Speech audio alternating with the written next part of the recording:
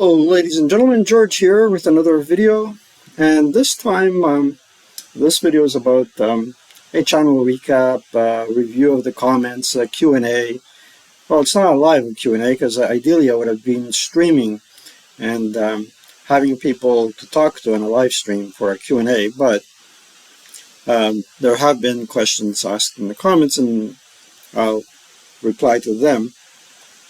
In terms of getting a streaming setup, oh boy, I got a lot more to do in this life than to acquire high-end equipment that would allow me to do a lot of soft quality work. I've been doing a lot of chores around the house, and you know, the stairs set me back $80 just in materials alone, and then there was my labor. Buy a little can of paint, and it's like the cost of what the large can of paint was several years ago, and then you sandpapers and cheap and whatnot. Well, such is life, but at least we get some time to enjoy our beloved game, and at the same token, taking care of the little guy, at least for now. Drinking coffee out of my ASL cup, squad leader cup. Yeah, and I didn't put the graphic on the side. I put it opposite of the handle. So when I look at the handle, I'm going to grab it with my whole eye. I can see the picture only at that time. Anywho, let's read over the comments of the last video that we've had. And Justice for Advanced Squad Leader. Actually, it's not one of the most popular videos that I had. The good news is that the subscribers have grown to 924, which is great. I think for a small channel of this size, having 924 subscribers is pretty great. Pretty, it's something to appreciate and you know, to be proud of. I can show you one of my most popular videos later for Squad Leader and how much it attained. I can say that I hearted every one of these comments. Let's start with Jimbo 1956. George, thanks for uploading. I appreciate your very interesting comments, rather enlightening. About the size of the Aussie Championship trophy, I'm quite sure there's more to it than most people realize. Aussies have in general a great humor. I doubt that not. The most important sports trophy Aussies cherish to win every 2 years is the Ashes. It's the smallest sports trophy in the world and is only about 10 centimeters high, plus a wooden base of about 5 centimeters. I'm glad there are other people out there that use the metric system, because we're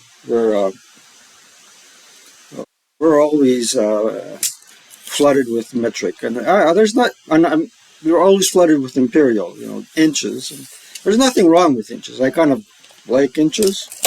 I like fractions now.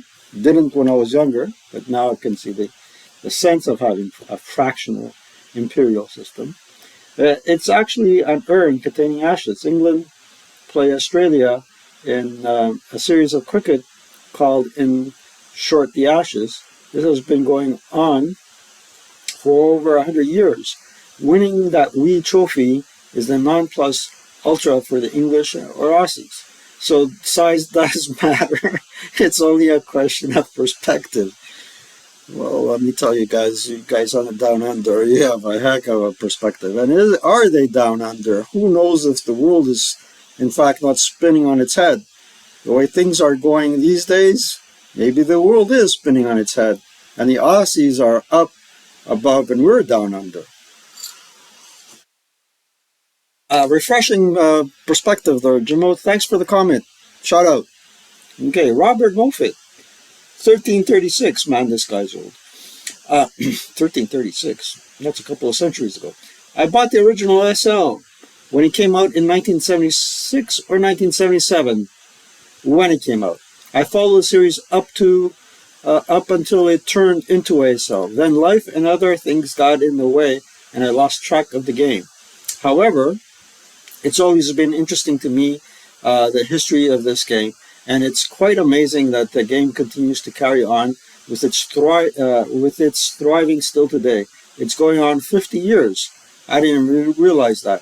I always took at SLASL as the granddaddy of tactical style board games, even though I don't play it.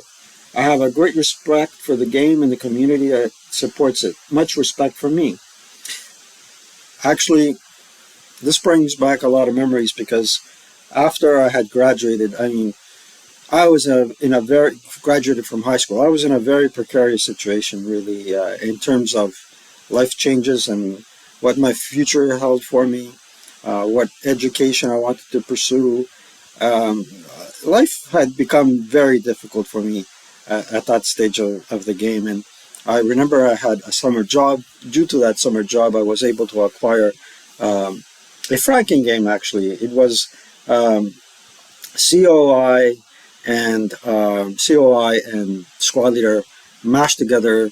The Squad Leader copy didn't have a back cover or a back plate, and it was all mashed up together with what seemed to be a COI at the time, but it was COI mixed up with a couple components from COD.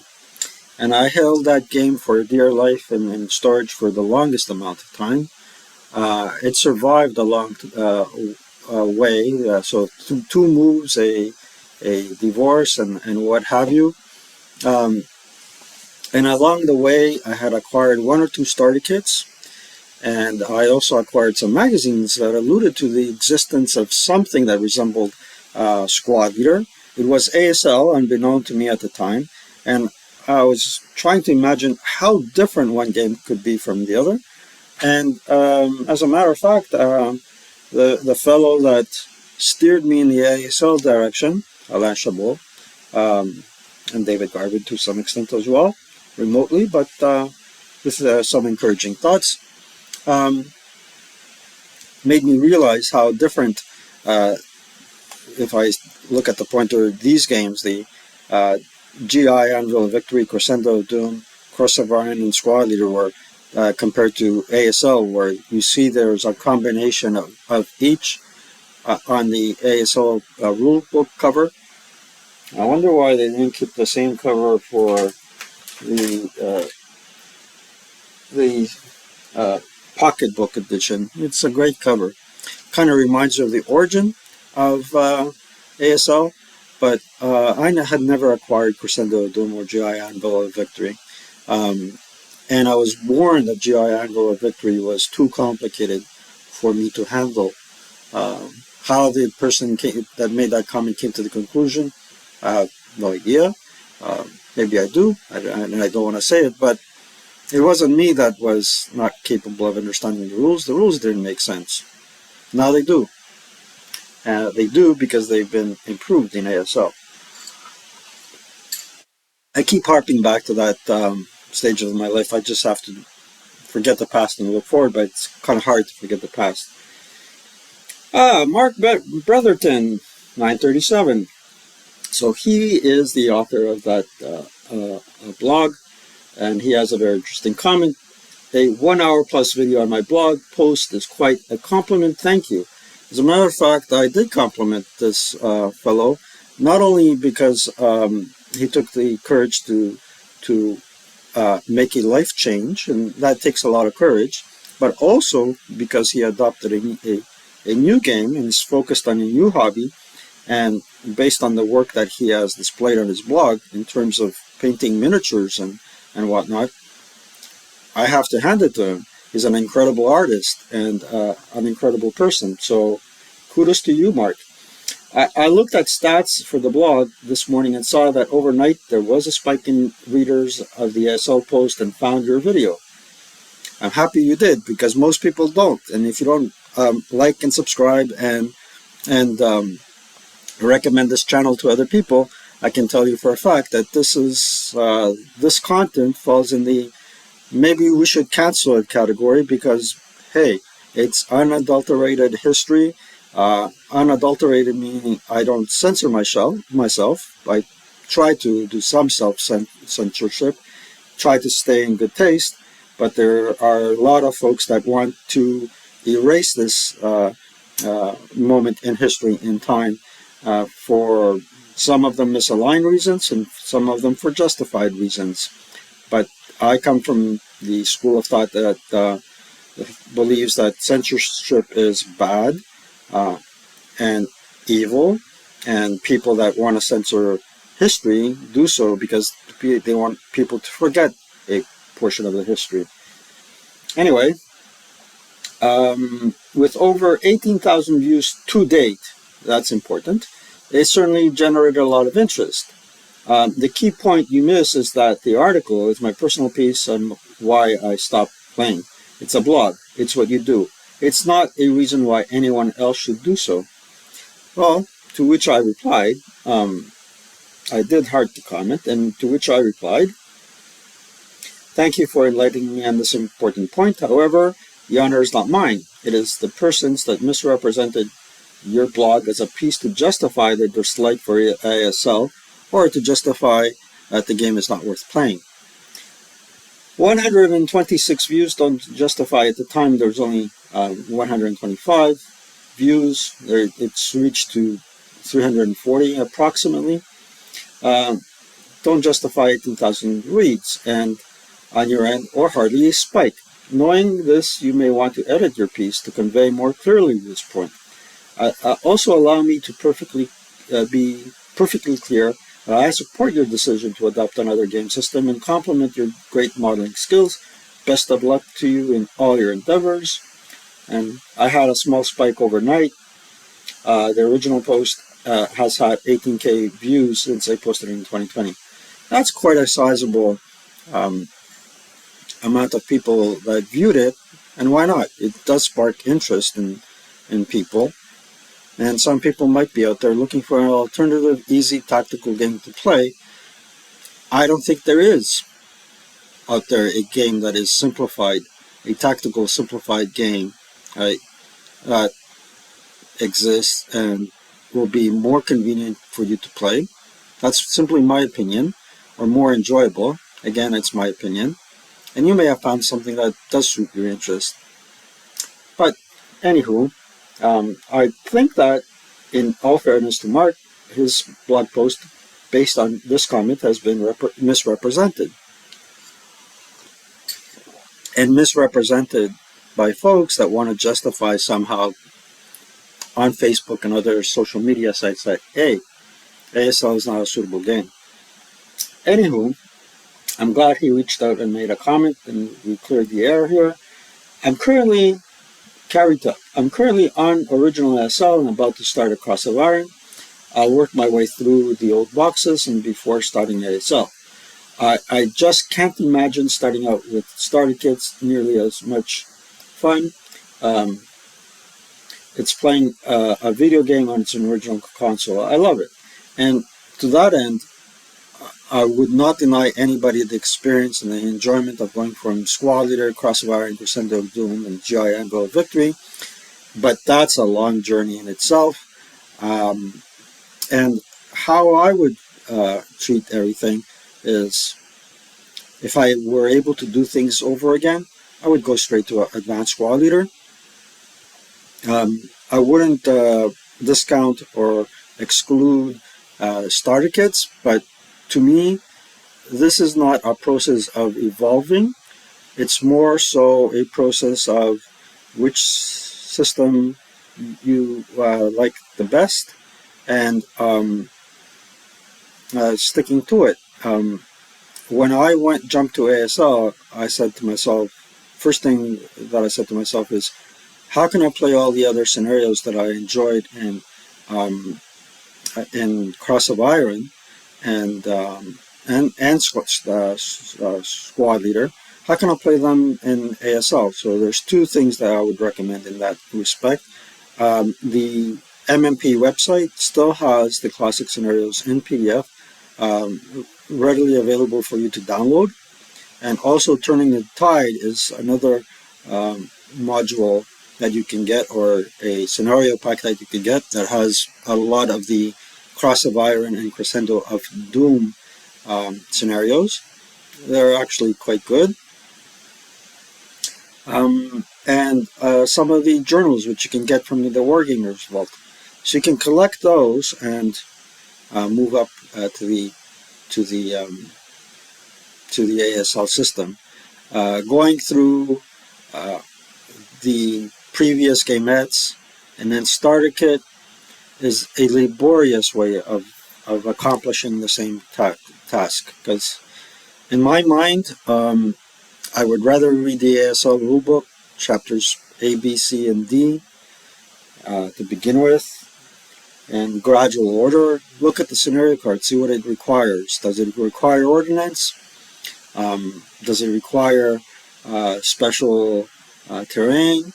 Read each particular module rule and then take it away, Sam. And again, that's just my opinion. Iggy Crickdoll, welcome back, Iggy Crickdoll. It's been a while since I've seen a comment. It's nice to know that you're still sticking around on the channel. I like ASL, it's my favorite game. John Wood, the audio is difficult to hear and follow. And I have a reply to that. John is a Facebook friend, been around for a long time, in terms of friendship, I suppose.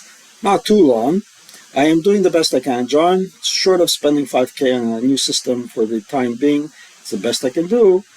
I mean, John, I know you attended Woodstock. I know that you're a heavy metal fan, and you listen to rock and roll at full volume, and you have done so for a very long time.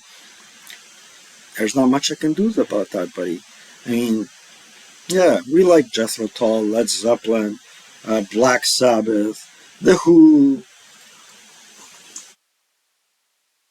At some point in time, you got to turn down the volume. Anywho, Hand Grenade Division. The premise seems flawed. The only thing that validates why ASL is a successful game would be sales figures. And given that it's still on the shelves, it's in all its glory, 40 years after its debut, I should think, case closed. I can't think of anything more tedious to read than a treatise on why I'm choosing to have fun wrong. And to which I replied, I subscribe to your channel, enjoy your videos. And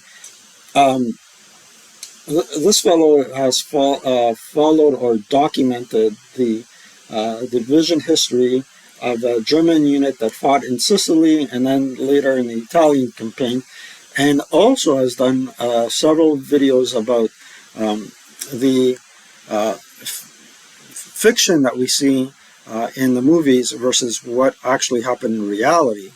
The example that comes to my mind is for the movie Cross of Iron. He points out that the movie actor Steiner was too old for his age, and there's other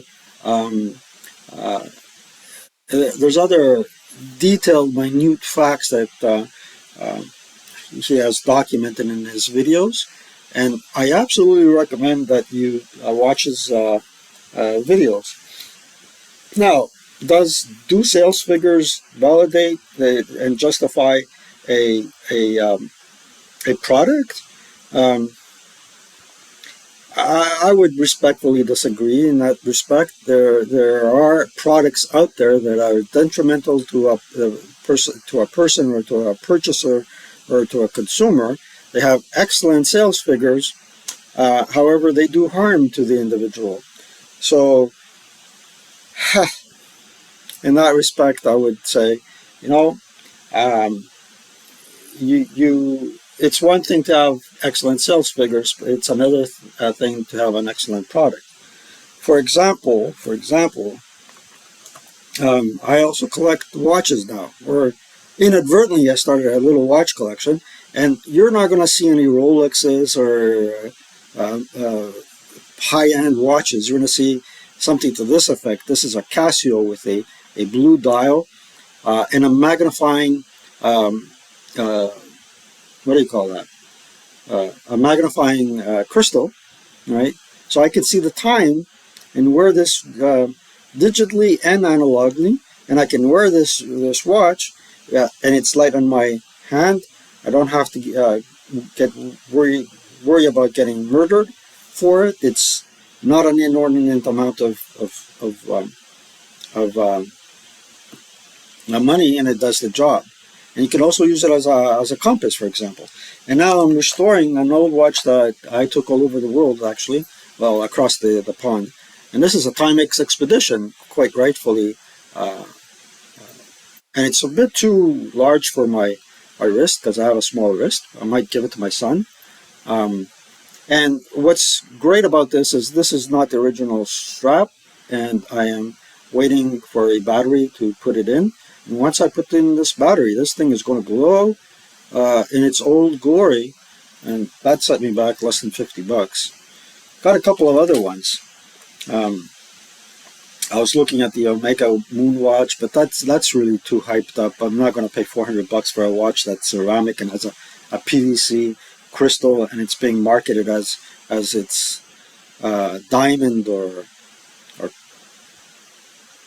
whatever. It's a bit ridiculous, but I like the concept behind the watch just the same. And if you can afford it and you think you can, it's worth throwing $400 at it, go for it. I want individual with it, but so these are great products and they don't cost that much. Granted, ASL is probably the most costly board game in the world. If that is the case and you're budget minded, look at my video about the minimalist approach to Squad Leader. You don't need to collect every pack and module there is out there. Just collect the portion that you need to play and reenact the historical events that you are interested in. Period. I know MMP doesn't like me saying that, but I don't work for MMP. As a matter of fact, that's the reason also why I don't have a Patreon page. I keep this channel as free as possible. All right, and the last comment that you can't see, and at this point in time, I'll say my face is just as important as the comment. Fellow George Everett, 3912. When is ASL going to move into the computer world? I don't have room I can dedicate to the game and ban the cat. By all means, I love cats, I love dogs, I love geese, Canada geese. They're my friends. I love seagulls too. I love a lot of animals, four-legged and two-legged ones. Yeah, do not ban the cat. Cats like boxes, and they like war games because they're hunters and predators. They're the nature's war gamers. I don't have to worry about missing parts and coffee-stained maps. I have my cup of coffee, and believe me, computers hate coffee as much as boards. But anywho, just keep that in the back of your mind. I will not have my math checked or spend more time in the rulebook than maneuvering my units in the game. Well, what did I reply to that? I kind of forgot my reply. Let's see. Try Vassal. Both Neil Union and I have tutorials on it. Now, I'm not in a position to tell you if ASL will ever go to the computer world or not. I don't work for MMP, right? I am just a consumer of MMP. I'm a hobbyist. And I'm not going to twist anybody's arm and tell them, you got to take this board game and convert it to the world of electronics. By far, I wouldn't say tell anybody how to run their business. Their business is their business. Now, however, Mr. Everett asks a very important question. Right? It's a question that it's been on everybody's mind. Why isn't this game in the computer world? And along the same lines, a long time ago when I started my career in tax, I was doing, back at the H&R Block days, I was doing tax returns with pencil and paper. Pencil and paper, actually. And this is a mechanical pencil. I didn't even have that at the time. I had the old, there it is. These old pencils, the wooden pencils. We would do tax returns like that, much to the astonishment of clients, but this is what the corporation wanted us to do. And I got thinking, why isn't this thing going, why aren't we doing, it was, early 1990s. And we didn't get computers until 1995, 1994. And even then, there was some sort of fiasco or toss-up about what kind of computers we would get. And I remember when we actually got the computers, I was able to do more tax returns with the pencil and paper method than with the computer. Now, to answer George's question, right?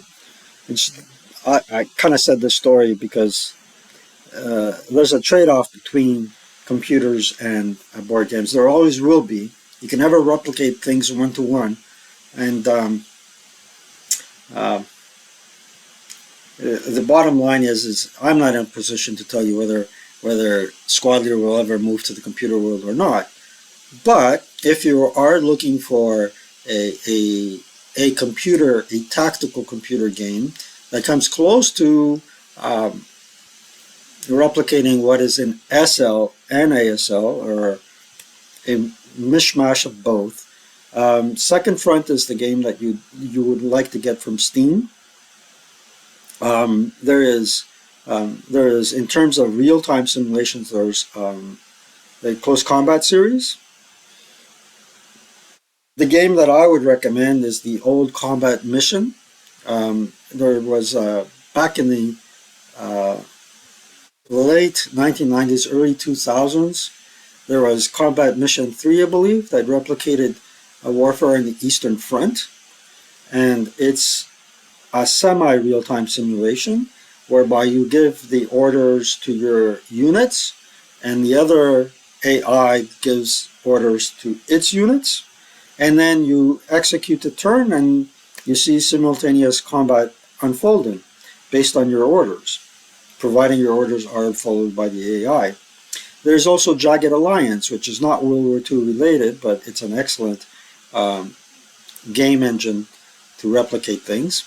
And also in terms of a console game, I would highly recommend Battlefield. I think it was Battlefield 1, but the original Battlefield series, as it came out for the PS3, I believe, and the computer, was an excellent infantry level game. The only drawback there is you're playing an individual, either an individual infantryman. There are vehicles in play, soft vehicles, armored vehicles, and some airplanes, depending on what you play. And there's also a mod that you can install. I believe it was called Heart of Darkness or Forgotten Hope, that actually turned the game into a more realistic or more historical graphics, including the sights of the individual weapons. So I wouldn't hold my breath that you'll see a computer game called Advanced Squad Leader anytime soon, or in our lifetime for that matter. But there are tactical level computer games that simulate World War II combat out there that are pretty good. So you can look into those. So I hope I answered everybody's questions. I'm hoping to do 2 videos today. This is the second take on this video, and I lost a lot of interesting commentary on my previous video. As I said, with the quality being so, the echo coming back, I ain't gonna do it. And having said that, I can conclude here and start my next video after a little small pause or break.